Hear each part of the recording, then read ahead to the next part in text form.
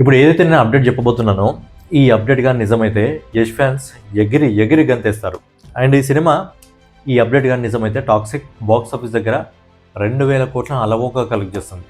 మరి ఏంటి అప్డేట్ మాట్లాడుకుందాం. అంతకంటే ముందు నేను మీ Gauravkrishna, welcome back to our channel wall poster. And Yash fans ఎవరైతే ఉన్నారో వాళ్ళందరూ కూడా ఫస్ట్ టైం ఈ వీడియోకి నేను టార్గెట్ ఇస్తున్నాను మినిమం 500 లైక్స్. ఎందుకంటే అప్డేట్ కూడా అలాంటిది, మినిమం 500 లైక్స్. సో దాని గురించి మాట్లాడుకుందాం. అంతకంటే ముందు టాక్సిక్ సంబంధించి ఒక 2-3 అప్డేట్స్ ఉన్నాయి. ఫాస్ట్గా చెప్పేసి దాని గురించి మాట్లాడుకుందాం. అది చాలా ఇంపార్టెంట్ అది.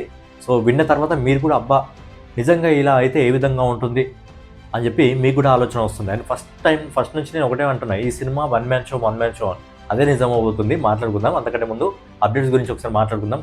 అవి కూడా టాక్సిక్ సంబంధించినవి. సినిమాలో రెమ్యునేషన్ యష్ దాదాపుగా ఓన్లీ 50 కోట్ల రూపాయలు మాత్రమే తీసుకోవడం జరిగింది. అదేంటి భయ్, ఇది గ్లోబల్ సినిమాకి యష్ ఇంత పెద్ద సినిమాకి ఓన్లీ 50 కోట్ల రూపాయలు తీసుకోవడం ఏంటంటే, అవును 50 కోట్ల రూపాయలు తీసుకున్నాడు. కాకపోతే ఓవరాల్ రెమ్యునేషన్ అనేది దాదాపుగా 150 కోట్ల రూపాయలు. బట్ ఏంటంటే 50 కోట్ల రూపాయలు తీసుకొని మిగతా 100 కోట్లు సినిమా మీదనే ఇన్వెస్ట్మెంట్ చేయడం జరిగింది. అంటే సినిమా బడ్జెట్లో కలపడం జరిగింది. ఫ్యూచర్లో సినిమా మంచి కలెక్షన్స్ వసూలు చేస్తే ఆ లాభాల్లో తీసుకుందాం అని చెప్పి యష్ చెప్పడం జరిగిందంటే, యష్కు తెలుసు. ఎందుకంటే సినిమా స్టోరీ వెనుక ఒకరు కాదు, ఇద్దరు కాదు, ముగ్గురు పనిచేయడం జరిగిందంటే ఖచ్చితంగా సినిమాలో ఏదో ఉంది, ఏదో దాచిపెట్టారు. సో ఆ దాచిపెట్టింది ఏంటో కూడా నాకు కొద్దిగా హింట్ అయితే దొరికింది. సో ఆ విధంగా సినిమా వెళ్తే సినిమా ఖచ్చితంగా 2,000 కోట్ల వరకు వెళ్తుంది కాబట్టి లాభాలు కూడా బాగా వస్తాయి. కాబట్టి ఒక మంచి మాస్టర్ మైండ్తో యష్ ఇక్కడ ఆలోచించడం జరిగింది.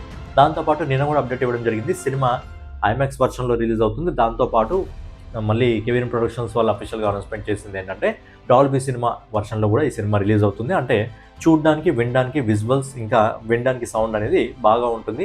ఆ వర్షన్లో బాగుంటుంది. ఆల్రెడీ టీజర్ వచ్చినప్పుడే టీజర్ ఒక హాలీవుడ్ వైబ్ని తీసుకొస్తుంది. ఆ విజువల్స్ కానివ్వండి, ఎఫెక్ట్స్ కానివ్వండి చాలా బాగున్నాయి. సో ఏంటంటే ఐమాక్స్ ఇంకా ఈ డాల్బీ సినిమాలో చూస్తే ఇంకా చాలా బాగా అనిపిస్తుంది. దాంతోపాటు ఐఎండిబికి సంబంధించి ప్రతి మంత్ రిపోర్ట్ వస్తూనే ఉంది. ప్రతి మంత్ కూడా టాక్సిక్ నెంబర్ 1లో ఉంది. అండ్ ఈ మంత్ ఇంకొంచెం ముందుకెళ్ళింది. 49%తో ప్రజెంట్ వస్తున్న సినిమాల్లో మోస్ట్ యాంటిసిపేటెడ్ మూవీగా నెంబర్ 1 పొజిషన్లో ఉంది. దాంతోపాటు సాంగ్ రేపు రిలీజ్ అవుతుంది అని అనుకున్నాం, ఫిబ్రవరి 28 రిలీజ్ అవుతుంది అని అనుకున్నాం. కానీ ఇప్పటి వరకు టాక్సిక్ నుంచి ఎలాంటి అఫీషియల్ అనౌన్స్మెంట్ అయితే బయటికి రాలేదు. ఎందుకంటే టీజర్ కానీ, ట్రైలర్ కానీ ఏదన్నా వస్తే టాక్సిక్ టీం వాళ్ళు ఏం చేస్తున్నారంటే ఒక అనౌన్స్మెంట్ పోస్టర్ రిలీజ్ చేస్తున్నారు. బట్ ఏంటంటే రేపు సాంగ్ సంబంధించి ఈవినింగ్ గానికి వస్తుంది. ఇప్పటికీ ఎలాంటి పోస్టర్ అయితే రిలీజ్ చేయలేదు. మరి ఈవినింగ్ వరకు ఏమన్నా రిలీజ్ చేస్తారా, లేకపోతే రిలీజ్ చేయకపోతే ఖచ్చితంగా రేపు సాంగ్ పోస్ట్ పోన్ అయ్యే అవకాశం ఉంది. దురంధర్కి సంబంధించిన ట్రైలర్ని 5 లేకపోతే 7 మార్చి 5 లేకపోతే 7వ తారీఖున రిలీజ్ చేద్దాం అనుకుంటారు. మరి అదే టైంలో సాంగ్ని కూడా రిలీజ్ చేస్తారా? ఎందుకంటే ఇది ఒక ఎలివేషన్ సాంగ్ లాగా రాబోతుంది. సినిమా స్టోరీకి ఏ విధంగా ముగ్గురు పనిచేయడం జరుగుతుందో, మనకు గీతు మోహన్ దాస్, యష్, ఇంకా రాఘవ, అదేవిధంగా మ్యూజిక్ కూడా ముగ్గురు డైరెక్టర్లు పనిచేయడం జరుగుతుంది. సో ఏంటంటే ఒక ఎలివేషన్ సాంగ్ అయితే రాబోతుంది. సో దురంధర్కి పోటీగా అలాంటి సాంగ్ని తీసుకొచ్చే అవకాశంలో కూడా టాక్సిక్ టీం ఏమన్నా ఆలోచిస్తుందా అనేది చూడాలి. ఇంకా టైం ఉంది కాబట్టి ఈవినింగ్ వరకు ఏమైనా అనౌన్స్మెంట్ పోస్టర్ రిలీజ్ చేస్తారా లేదా అనేది చూడాలి. ఇక ఫైనల్గా అప్డేట్ గురించి మాట్లాడుకుందాం. టాక్సిక్ సినిమాకి సంబంధించి ఇప్పటివరకు మనకు తెలిసింది ఏంటి, సినిమా ఒక గ్యాంగ్ వార్ లాగా, మాఫియా లాగా సంథింగ్ దేని చుట్టూ తిరుగుతుంది. అంటే ఏ విధంగా కేజీఎఫ్ ఇంకా సలార్లు ఏ విధంగా తిరుగుతాయో అదే విధంగా తిరుగుతుంది. ఇది మనకు తెలుసు. అండ్ సినిమాలో 2 క్యారెక్టర్లు ఉన్నాయి కూడా మనకు తెలుసు. ఏదైతే రాయ క్యారెక్టర్ ఉంటుందో, రాయ క్యారెక్టర్ ఒకటి, ఇంకోటి టికెట్ క్యారెక్టర్, తండ్రి కొడుకు అని చెప్పి మనమైతే మాట్లాడుకోవడం జరుగుతుంది. సో ఏంటంటే ఇంత పెద్ద సినిమాని తీసుకుంటూ జస్ట్ ఈ టీజర్లో ఈ హింట్ దొరికేసింది. సో ఏంటంటే మేకర్స్ ఇదే ప్లాన్ చేయడం జరిగిందా, యష్, గీతు మోహన్ దాస్, ఇంకా రాఘవ ముగ్గురు ఈ సినిమా స్టోరీ కోసము పని చేస్తే జస్ట్ ఇలాంటి దాన్ని మాత్రమే వాళ్ళు క్రియేట్ చేయగలరా, ఇంకా ఏం లేదా ఈ సినిమాలో అని చెప్పి కొద్దిగా ఆలోచిస్తే ఈ సినిమాకి సంబంధించి ఏదైతే టీజర్ ఇంకా రాయ ఇంట్రడక్షన్ వీడియో వచ్చిందో దాన్ని నేను చాలాసార్లు పదే చూసేవాడిని. ఎందుకంటే ఇంకా ఏమైనా హిడెన్ డీటెయిల్ దొరుకుతుందేమో, ఇంకా ఏమైనా బ్రేక్ డౌన్ దొరుకుతుందేమో అని చెప్పి టీజర్ వచ్చినప్పుడు మీకు కొన్ని ఫ్రేమ్స్ నేను చూపించడం జరిగింది. ఈ ఫ్రేమ్లు చాలా బాగున్నాయి, ఈ ఫ్రేమ్లో ఈ విధంగా ఉంది. సో ఈ సినిమా టైం లైన్ ప్రకారం వెళ్తుంది.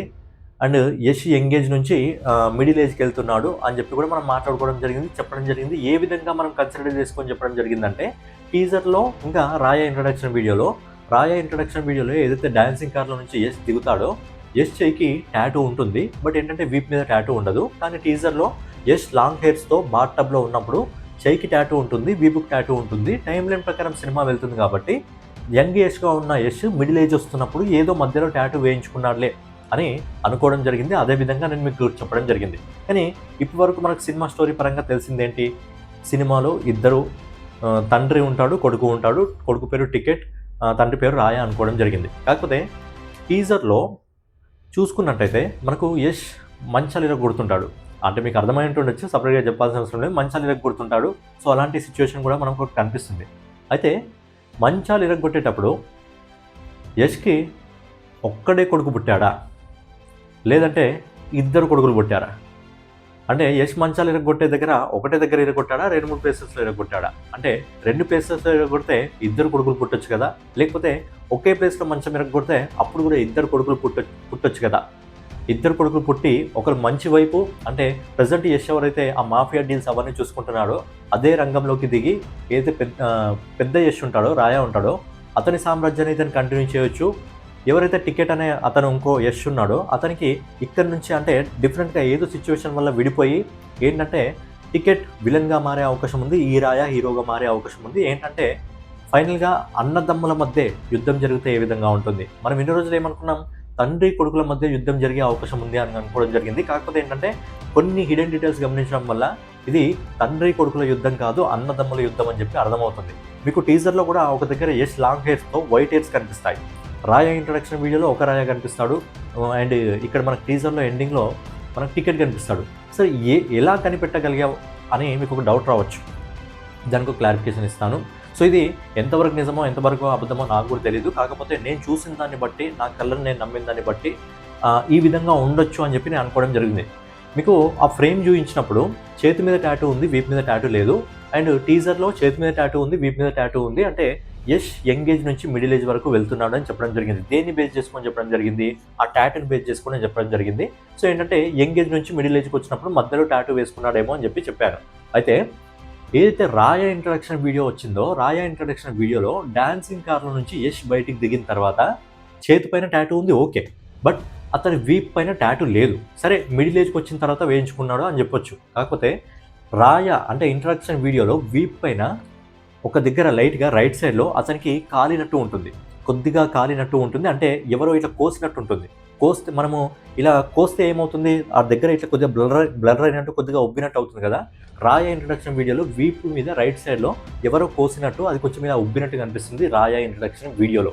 యష్ వీప్ పైన అక్కడ టాటూ ఉండదు, అది ఎంగేజ్లో ఉన్నప్పుడు. అయితే ఏదైతే టీజర్ ఉందో టీజర్లో బాత్ టబ్లో నుంచి యష్ బయటికి లేచినప్పుడు ఆ ఏజ్తో ఉన్నప్పుడు వీపు మీద టాటూ ఉంది, కానీ ఎక్కడ కూడా ఇలా కోసినట్టు లేదు, ఎక్కడ కూడా ఇలా కోసినట్టు లేదు.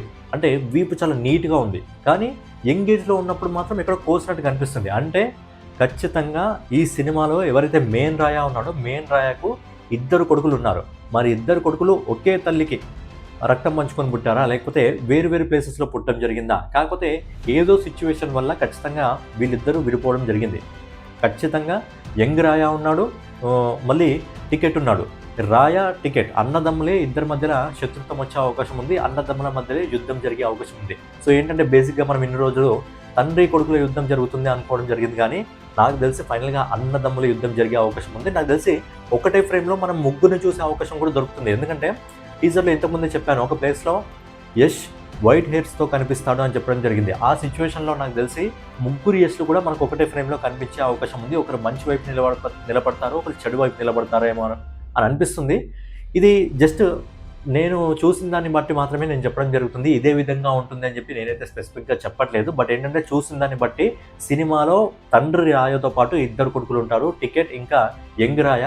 సో ఏంటంటే వీళ్ళిద్దరి మధ్యన శత్రుత్వం మొదలవుతుంది. సో దేనికోసము ఏ విధంగా అనేది మనకు ఖచ్చితంగా సినిమాలో తెలిసే అవకాశం ఉంది. ఒకవేళ ఇదే విధంగా సినిమా స్టోరీని వాళ్ళు రాయగలిగితే కానీ సినిమా నిజంగా వేరే రేంజ్ కోత కలెక్షన్స్ మొదలు పెడుతుంది.